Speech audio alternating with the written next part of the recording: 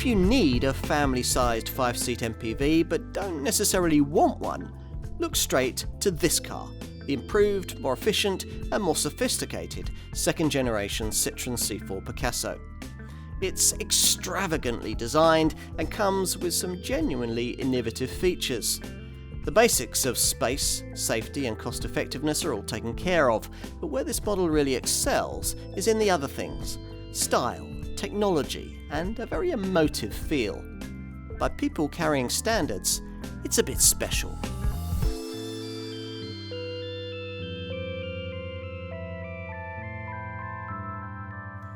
If you'd like a spacious MPV, you only need room for 5, and you want something that's sophisticated and state-of-the-art, then it's to this model that we'd probably direct you first, the much improved version of Citroen's second generation C4 Picasso. The Picasso name launched both a generation of art and several generations of small Citroen people carrier. Now, the great Spaniards family fell out with each other over the decision to grant this French car maker use of Senor Pablo's famous moniker, but it's certainly been worth the legal wrangling for Citroen, with over 3 million Picasso MPV sales since the original Zara Picasso model was launched in 1999. In 2007, that people carrier was replaced by a far more modern successor, the C4 Picasso, a car that in 2013 was relaunched in a more futuristic second-generation guise. And it's the revised version of that Mark II model that we're going to look at here. It's tempting to think of MPV people carriers as one of the most boring sectors of car design. Boxes on wheels with little wit or verve to their execution. In this case, though, things are very different. Yes, what we have here is a box with a wheel at each corner, but as any kid at Christmas will tell you, not all boxes are created equal. It may have been designed to go head-to-head with 5-seat MPV rivals such as the Ford C-Max and the Renault Scenic, but in some ways, this Mark II C4 Picasso feels cut from rather different cloth. Emboldened by the success of their boutique DS line of cars, Citroen has decided to inject a measure of style and desirability into many of its other wares, and this design has certainly benefited. It looks like something that's just been driven off a motor show stand. As before, it's also available in 7-seat Grand C4 Picasso guise, but it's the 5-seat body style that we're going to concentrate on here.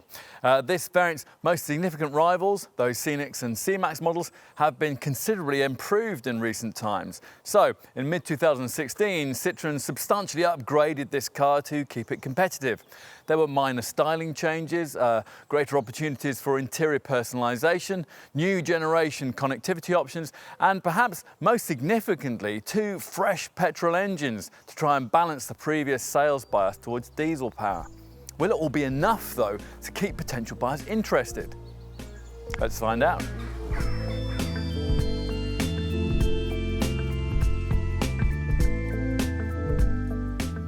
Climb aboard a C4 Picasso, and before you even set off, it's clear that this is going to be a somewhat different experience. There are no conventional instrument dials and nothing directly in front of you, with key driving information instead displayed on a giant screen in the centre of the dash. The first thing that'll probably grab your attention, though, is this, a windscreen that stretches up and almost over your head, affording a panoramic view not only of the road ahead, but also of the sky above.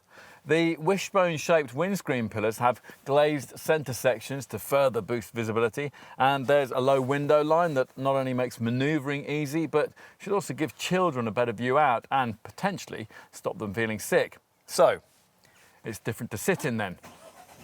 But will it be different to drive? Let's find out. Now, we should start by telling you what's changed engine-wise with this car as part of the model updates we're reviewing here. Ever since this model's original launch in 2013, Citroen's been gradually phasing out the old, relatively inefficient 1.6-litre mainstream engines that it used to offer in its cars, VTI and THP petrol units and EHDI diesels.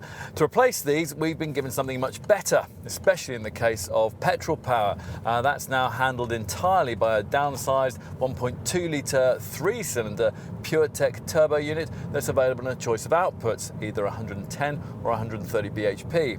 Now it's this engine we're trying here in 110 bhp, guys, although if we were buying, we'd be tempted to opt for the pokier unit, which has another 25 newton meters of pulling power.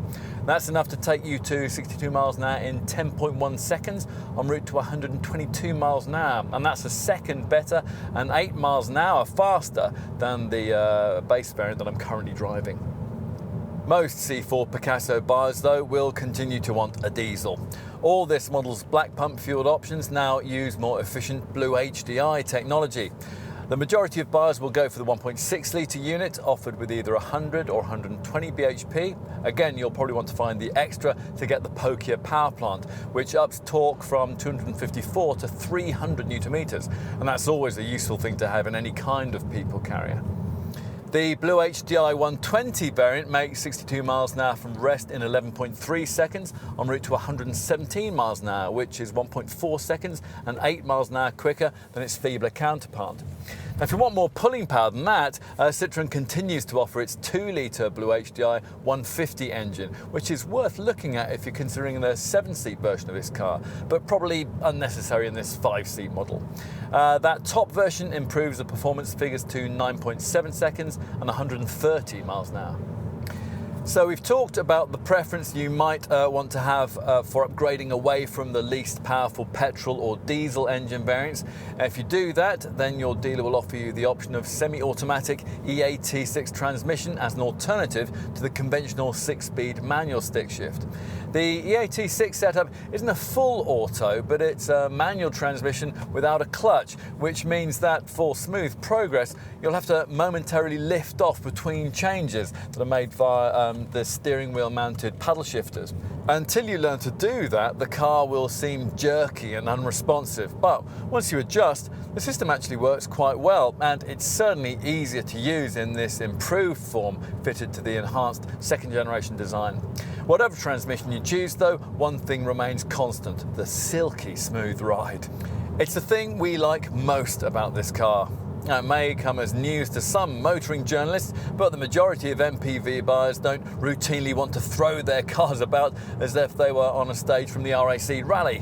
What most of them would prefer is a model that rolls out the red carpet over the average appallingly surfaced British road, as this one does.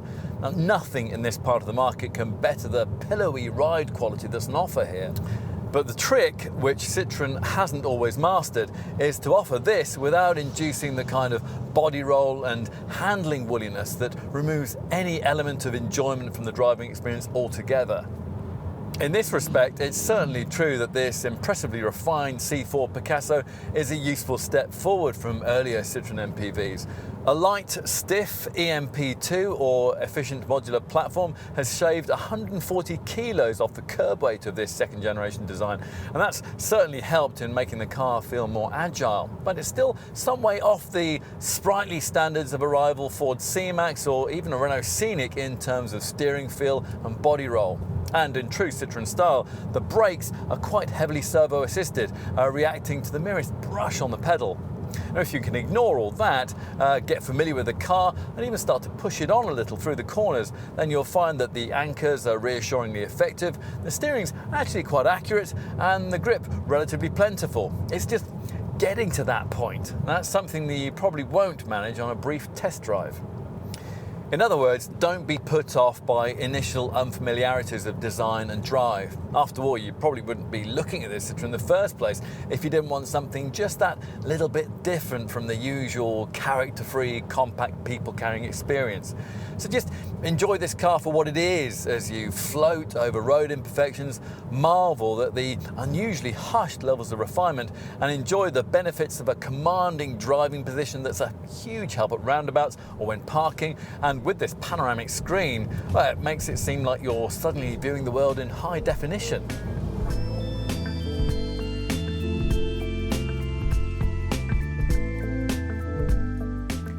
If you want to make the look of an MPV more interesting, then you've basically got two options.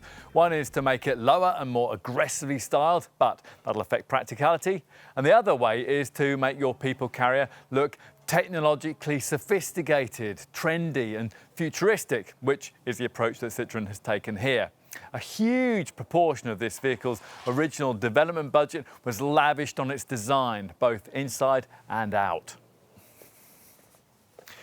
We liked it back at this model's original launch in 2013, and we still think this Picasso is an eye-catching thing. Obviously Citroën does too, because the French maker hasn't made many aesthetic changes as part of this facelift. There's a smaller, lower grille surrounding the number plate, and you get extra chrome trim around these high-set daytime running lights. Plusher models than this one get more chrome in a U-shaped strip around the lower fog lamps too. Otherwise, things are much as before, with a distinctive three-tiered light signature and a windscreen that flows right up into the roofline. In profile, changes are restricted to a smarter design of alloy wheel. The rim choice varies in size from 16 to 18 inches, depending on the trim level you select. And between the arches are sculpted body panels that aim to put an end to the days of slab-sided MPVs and disguise the fact that this second-generation design was styled to be shorter and lower than its predecessor. Go for a plusher spec than this, and the central window area is surrounded by a signature chrome-trimmed strip. Moving around to the back, you get an Audi Q5 style clamshell-like tailgate that's wide enough to house a complete complement of rear lights that can be ordered with a distinctive 3D illumination. And a neat roof spoiler tops things off. And inside, well, the first thing your Citroën salesperson will show you is this panoramic windscreen. Push up this sun visor and your normal upward 28-degree angle of vision is increased to a massive 108 degrees. It's a better view out, in fact, than you get roofed down in a convertible, where the windscreen rail is usually directly above your head. Practically, it means that you don't have to crane your neck up when, for example, you're first in the queue at a traffic light. Subjectively, though, it does wonders in increasing the light, the airy feeling of this cabin, something that's further aided by these front quarter lights. The overhead extended glass section is progressively tinted so that the top of your head won't be. But if you really don't like this, then you can pull this sun visor back down to the point where the top of the roof would normally be. And that's just the start of the contemporary cleverness. Designer Frédéric Soubirous describes the interior as being inspired by contemporary loft-style living. Now, he clearly hasn't been in my loft, otherwise this interior will be decorated with old copies of Autocar and have the unmistakable smell of dead pigeon. But I can see what he's driving at. It's uncompromisingly modern, it's airy, there are a few touches that are quite extravagantly detailed too, like the optional relax front passenger seat that lets the occupant raise, stretch and rest their legs. The days of Citroëns feeling built down to a price with all the design flair of a buffet car cheese sandwich are thankfully consigned to the past. So compare this cabin to that of, say, an old Zara Picasso, and you'd never believe they came from the same manufacturer. The dashboard's dominated by these twin screens. Now, most new cars have some sort of central infotainment screen these days, like this Citroën's tablet-style 7-inch touch drive interface lower display. But more unusual is this snazzily futuristic 12-inch panoramic HD panel up top, which replaces a normal set of conventionally dialed instrument gauges. Now, unfortunately, this feature isn't standard on entry-level spec variants, but if you're buying this car, do try and stretch up to a trim level that has it, because this is one of the defining parts of this high-tech design. This top screen is primarily there to show a virtual speedometer, but it can also be configured to display all sorts of information, such as cruise control and speed limiter settings. Plus, there are various split screen options if, for example, you want to view the navigation instructions at the same time as trip computer and speedo readouts. You can also change the display of the dials from round to square, although not quite sure why you'd want to. More useful is the option of changing the screen's overall theme and uploading a personal photograph from a USB stick as a backdrop. We're not quite so sure about some aspects of the lower infotainment screen, although at least that is standard across the range. As well as managing sat-nav, stereo sounds and Bluetooth compatibility, it also aims to reduce dashboard button clutter by replacing a conventional set of ventilation and air conditioning controls. Now, while this seems a great idea in principle, it can be a bit annoying when, say, you're driving along with a sat-nav showing, to have to take your eyes off the road and shuttle through the menus just to change the temperature. stabbing away at the touchscreen to try and get a response. Now, call me a Luddite, but I think I'd happily go back to a rotary dial for that one. We've no complaints with the rest of this screen's functionality though. This lower monitor now includes a mirror screen feature, so you can duplicate your smartphone's display onto the monitor via either the Apple CarPlay or the MirrorLink Android systems. Plus you can activate compatible apps like Parkopedia, Fuel, Weather Crave and Rock Scout. Most models also get an upgraded navigation system too, the 3D Citroen Connect nav setup. Cleverer in that the screen recognises a wider variety of contact points, so you can pinch and swipe as you would on a smartphone, or use voice recognition if that's easier.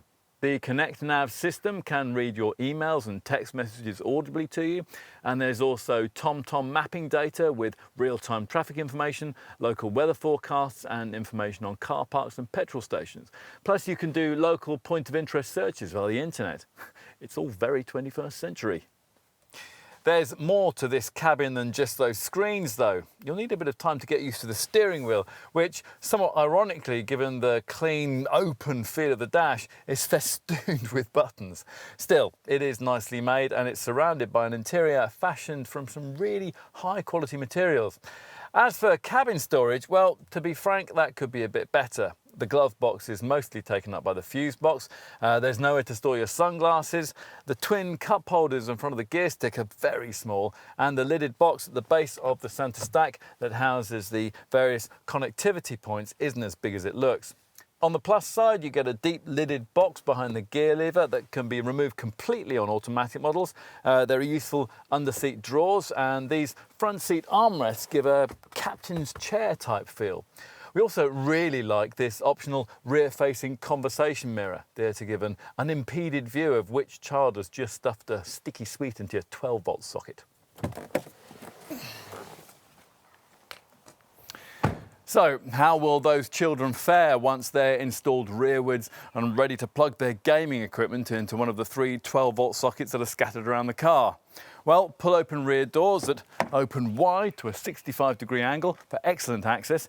It certainly looks pretty spacious, with comfort that you can properly appreciate thanks to a proper seating arrangement. Now, unlike many people carriers, this one doesn't position the unfortunate middle rear passenger with legs astride a central transmission tunnel and perched on some hard, narrow piece of bulging foam. Instead, there's a completely flat floor and a rear cabin seating area made up of 3 separate, identically sized chairs that can be reclined, folded flat or slid backwards and forwards independently of one another. The fold flat option means that the middle one can function as a useful table when it's not in use too. Talking of tables, there's the option of these aircraft-style fold-out ones built into the front seat backs if you want them, and you can get them illuminated by neat LED lights. Kids' toys or things you want to store away from prying eyes can be concealed in 2 neat underfloor compartments. If you want the cabin to feel a bit more airy, there's the option of a huge panoramic glass roof that ups the combined glazed area to a greenhouse-like 5.3 square metres.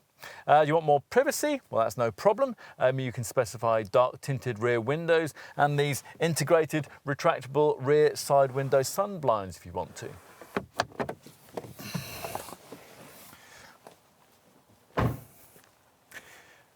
Now, everything I've said so far applies not only to this C4 Picasso, but also to its 7-seat stablemate, the Grand C4 Picasso, which uses its extra 169mm of length to house the 3rd row seating that larger families will want. And a bit of extra boot space too.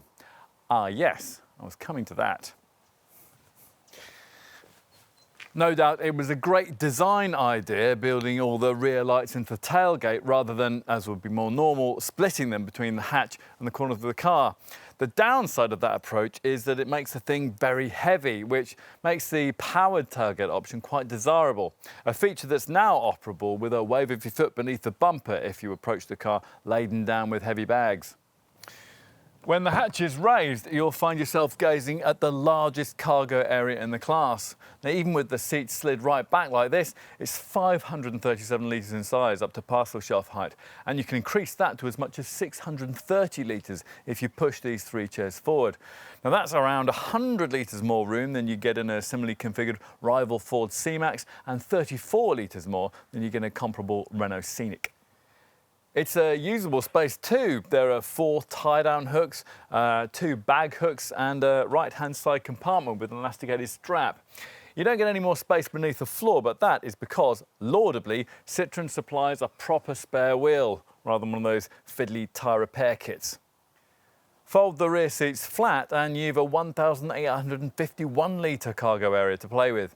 And if you've got really long items to fit in, all models provide a fold flat front passenger seat, so you can carry objects of up to 2.5 metres long.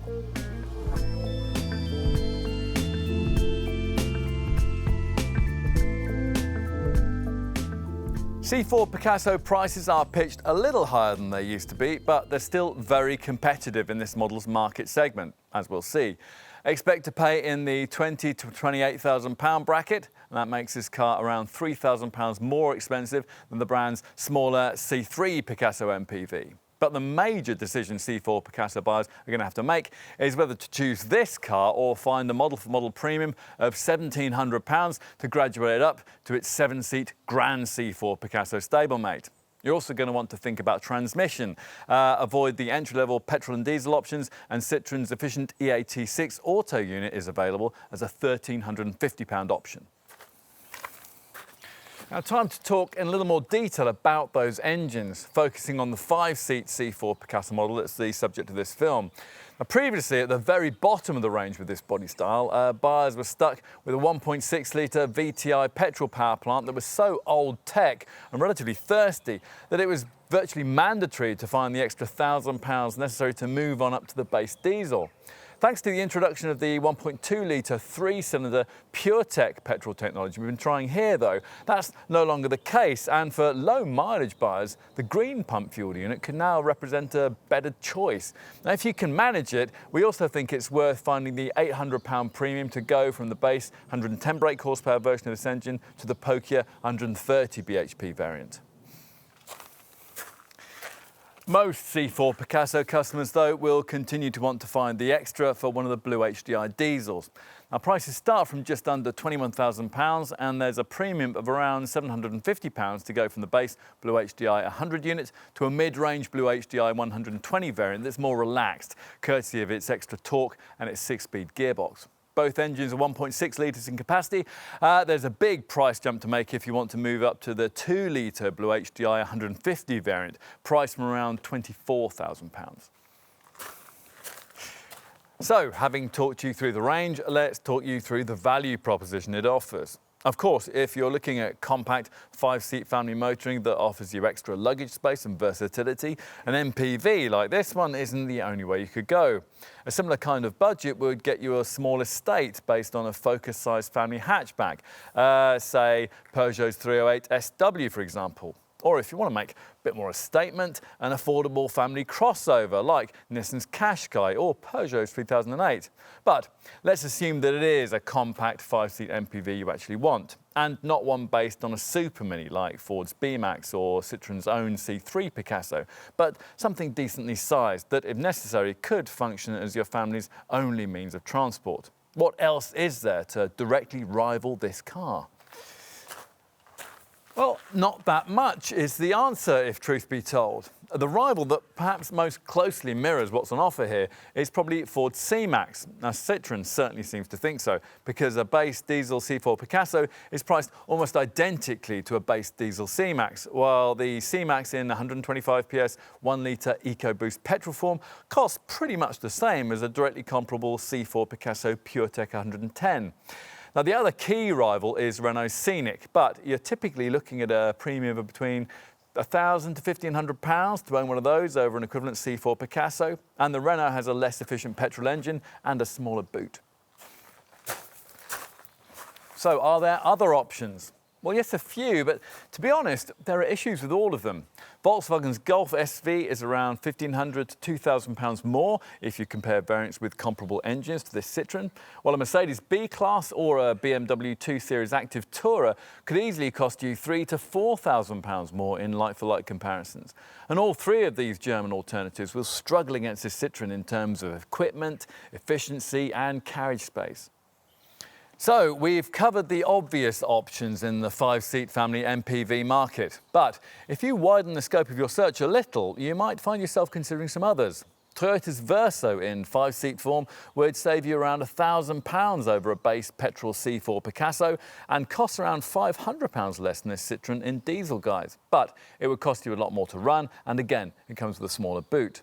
A more compact MPV that targets the same kind of market we're discussing here is Fiat's 500L, significantly smaller though, and not that much cheaper when fitted with a comparably powerful engine. Now, some might point out that the Kia Carens offers the advantage of 7-seat versatility for C4 Picasso money, which is true, but again, you pay for that in terms of interior space and running cost efficiency. Other people carrying options that might spring to mind, pricier compact MPVs like Peugeot's 5008, Vauxhall's Zevira Tourer and Volkswagen's Touran are, like the Carens, 7-seat only models. And as such, they really compete more directly with the Grand C4 Picasso version of this car that we'll cover in a separate film. You can see then that however you cut it, this Citroen looks a strong prospect for the right kind of buyer. So, if you are that person, what can you expect to find included within the standard equipment tally? Well, quite a lot, actually. All models get distinctively practical C4 Picasso touches, like the clever panoramic windscreen and a fold-flat passenger seat, plus useful features like underfloor storage compartments and underseat drawers at the front. Other equipment items that are fitted right across the range include smart alloy wheels of at least 16 inches in size, LED daytime running lights, auto headlamps and wipers, rear parking sensors, power folding mirrors and a parametric and volumetric alarm. Inside there's dual zone air conditioning with a pollen filter, a stitched leather multifunction steering wheel, aux-in, USB and 12-volt sockets, plus cruise control with a speed limiter. Now, below the unusual central LCD instrument display, you also get a 7-inch touch drive center dash infotainment touchscreen, and that's your access point for Bluetooth phone compatibility and the 6-speaker DAB stereo system. Now, unfortunately, you have to stretch beyond this model's base touch spec to get the features that we think really sets this C4 Picasso apart in its market segment. Go for mid-range feel trim though, and you can have them. As standard at this level, as well as niceties like a navigation system, front fog lamps, front parking sensors and a rechargeable boot torch, you get the 12-inch panoramic HD colour central instrument display that for us is really a key part of this interior's futuristic appeal. Plus, there's the option of adding in a relaxed front passenger seat that gives you an electric footrest, massage function and a beautifully soft enveloping headrest. Now, we've passengered in a C4 Picasso fitted with that relaxed package, and it's kind of like travelling first class in a 747. At the priciest end of the range, the flagship Flare variants include that relaxed package as standard, as well as extending some of its luxury to the driver too. At this top level, your C4 Picasso will also come with larger 18-inch alloy wheels, a huge panoramic glass roof, a reversing camera, a park assist system that'll steer you into spaces, rear privacy glass, 3D effect LED rear tail lamps, a keyless entry and start system, and a powered tailgate that you can open with a wave of your foot if you're approaching the car laden down with bags.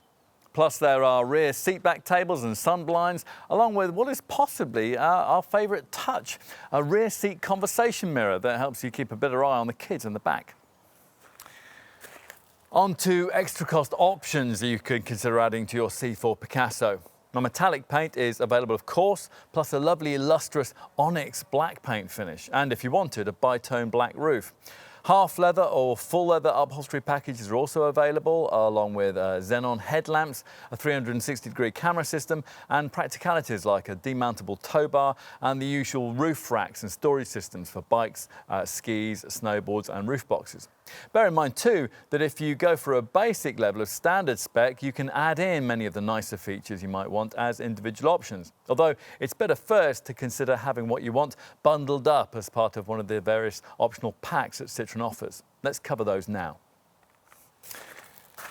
You can have the child observation mirror and the rear side window blinds I mentioned earlier if you go for the inexpensive kids pack that many C4 Picasso buyers specify.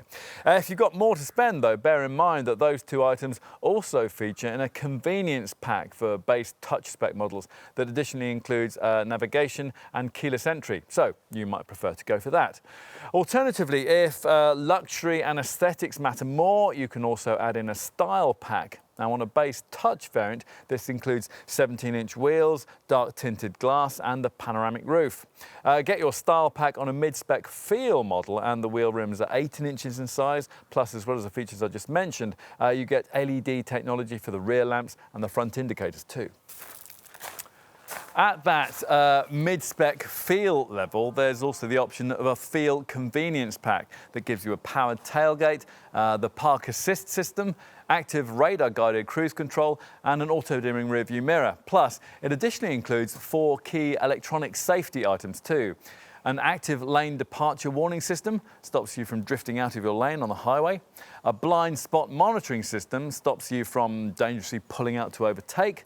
An active seatbelt safety system uses Mercedes-style seatbelts that pull back automatically when you buckle up to optimise protection. And finally, intelligent beam headlamps that automatically dip themselves in the face of oncoming traffic at night. If all you really want are extra electronic safety features like those, then your Citroen dealer will direct you instead to one of the optional driver assistance packages. Now there are 2, and both come with the lane departure, the blind spot monitor and intelligent beam systems I just mentioned, as well as also including an electrochrome rear view mirror, a driver attention alert feature that prompts you if you seem to be getting drowsy, and a speed limit recognition system that pictures road signs as you pass them and that displays them on the dash. Now, we'd be tempted to upgrade to the pricier driver assistance package too, because it includes 3 further electronic safety features that we'd really want. Active radar cruise control, where that'll automatically keep you a safe distance behind the car in front at highway speeds, speeding you up or slowing you down to suit the traffic conditions. An emergency collision alert system alerts you if you're getting too close to the car in front, and an active safety brake setup scans the road ahead for potential collision hazards as you drive. Now, if one is detected, you'll be warned. If you don't respond, or perhaps you aren't able to, then the brakes will automatically be applied to decrease the severity of any resulting accident. Having tried most of this stuff, I'll tell you that the radar-guided active cruise control works well, but it's fiddly to activate. Setup requires use of the steering wheel buttons, manipulation of the infotainment touchscreen, and attention to the top digital display. The active lane departure warning system, meanwhile, uses a vibrating mechanism that buzzes the seatbelt against you when the wheels stray over the lane delineating lines without you indicating. It's rather irritating, actually, but maybe that's just the point. So we'll finish by covering off the standard safety features that are common to all C4 Picasso models. As you'd expect, there are twin front, side and curtain airbags, plus ISOFIX child seat fastenings on all 3 rear seats. Now, to try and keep these things from ever being necessary, there are the usual electronic assistance features, including traction and stability control, plus ABS brakes with brake assist for emergency stops. It all accounts for a 5-star Euro NCAP safety rating and an 89% score in the testing programme's child occupant category.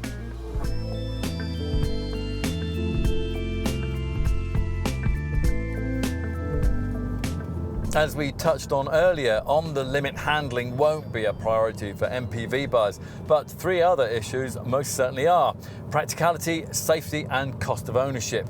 Now, the first 2 areas are well covered by this car, but does it stack up on the balance sheet?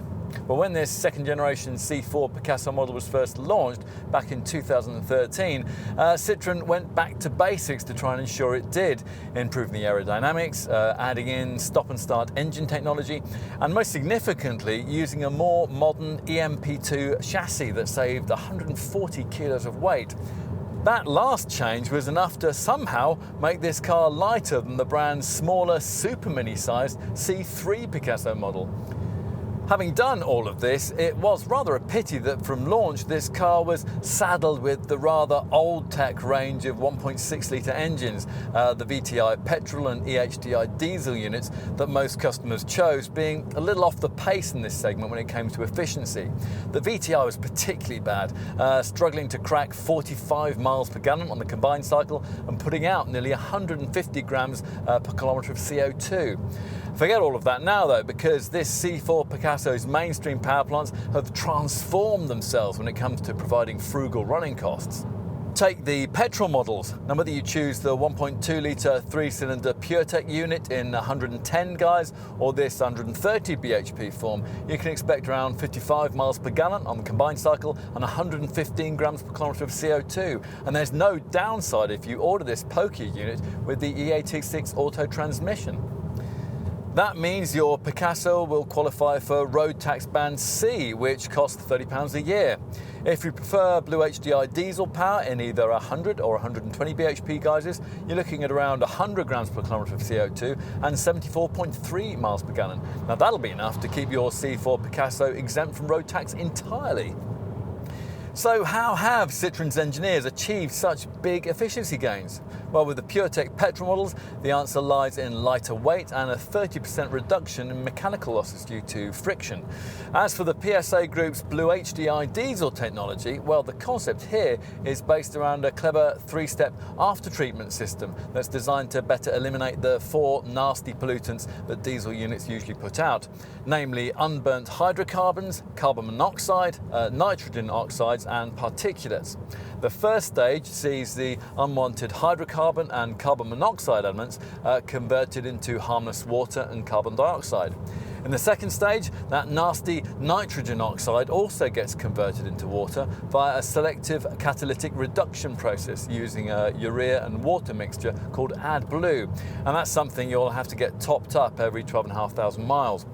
And finally, in a third step, a particulate emissions filter eliminates virtually all particulates at a stroke. The result of all this is industry-leading diesel technology that many manufacturers are struggling to copy.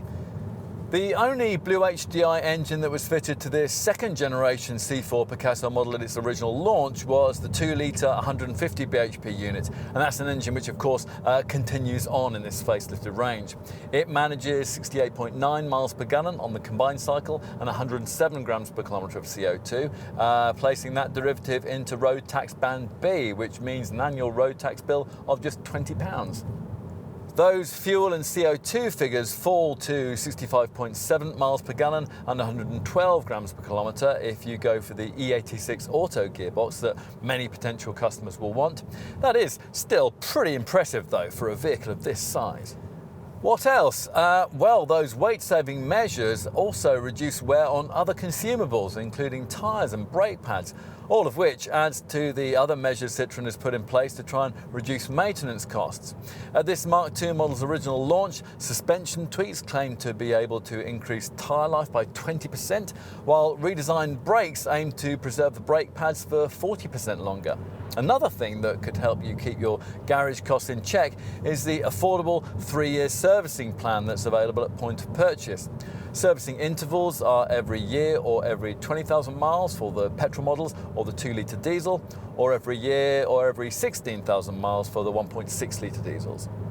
On to residual values. Independent experts reckon you'll get 40.8% of your initial purchase price back after 3 years, which is close to the kind of return you get from a comparable Volkswagen model. We'll finish by briefing you on insurance. The PureTech 110 model is rated a Group 14E, while the PureTech 130 comes in a Group 18E. The Blue HDI 100 diesel is rated a Group 16E, while the Blue HDI 120 sits at Group 20E. The 2-litre Blue HDI 150 is rated at Group 25E, and finally there's the usual Citroen 3-year 60,000 mile warranty.